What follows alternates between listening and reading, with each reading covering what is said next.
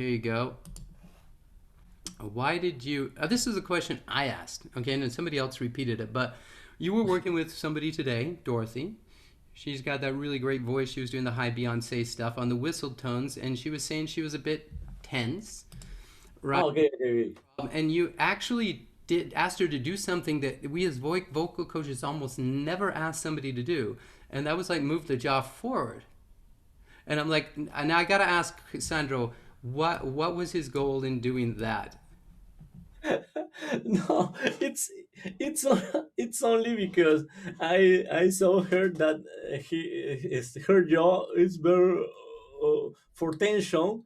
Yeah, She reduced the movement. Yeah, yes, yes, yes, and that's the reason because she doesn't continue, can't continue. It's a usually problem. I discovered it for a bit years ago, and when I saw her, maybe this it's a little tip. No, it's only no because you have to move your jaw, you try to sing this. No, it's only for for reduce the tension. No, yeah. it's It's interesting because most I've never seen a vocal coach tell someone to stick out their jaw forward, right? That because and we're not recommending you do this, but we have to context.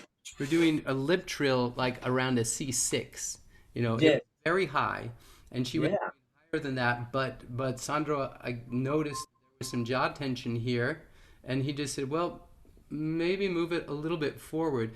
And she didn't do this. She definitely did not go, you know, yeah, yeah. instead of here, she just relaxed a little bit. Yes, It worked like magic. She was like, "Oh, that's great."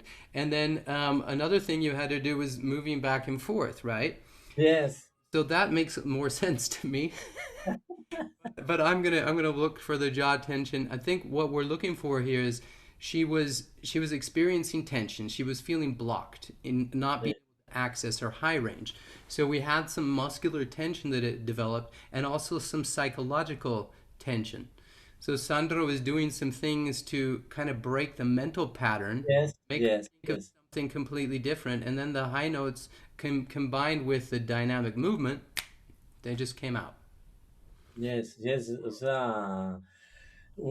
Our brain have a schedule. It's always have a program, all methodology, and you have to break them, break all of this.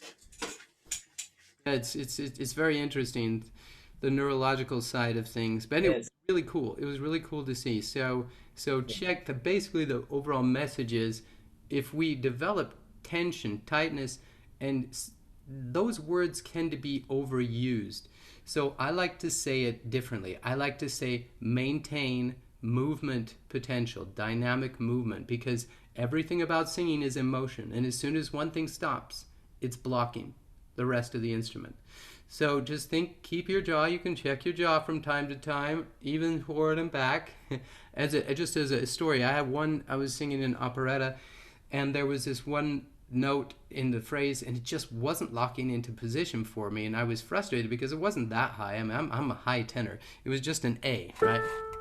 yeah, And but I noticed, because I was going through my checklist, I noticed that my bottom jaw was going forward a tiny bit, just a tiny bit, and I'm like, oh, and then it worked just fine. But you do need to know these things so you can check them. And a little tiny bit of the jaw in the wrong spot, too far back, too far forward, has yeah. big outcomes in the high. Make a difference. Yes, yes, yes, yes. Make that difference.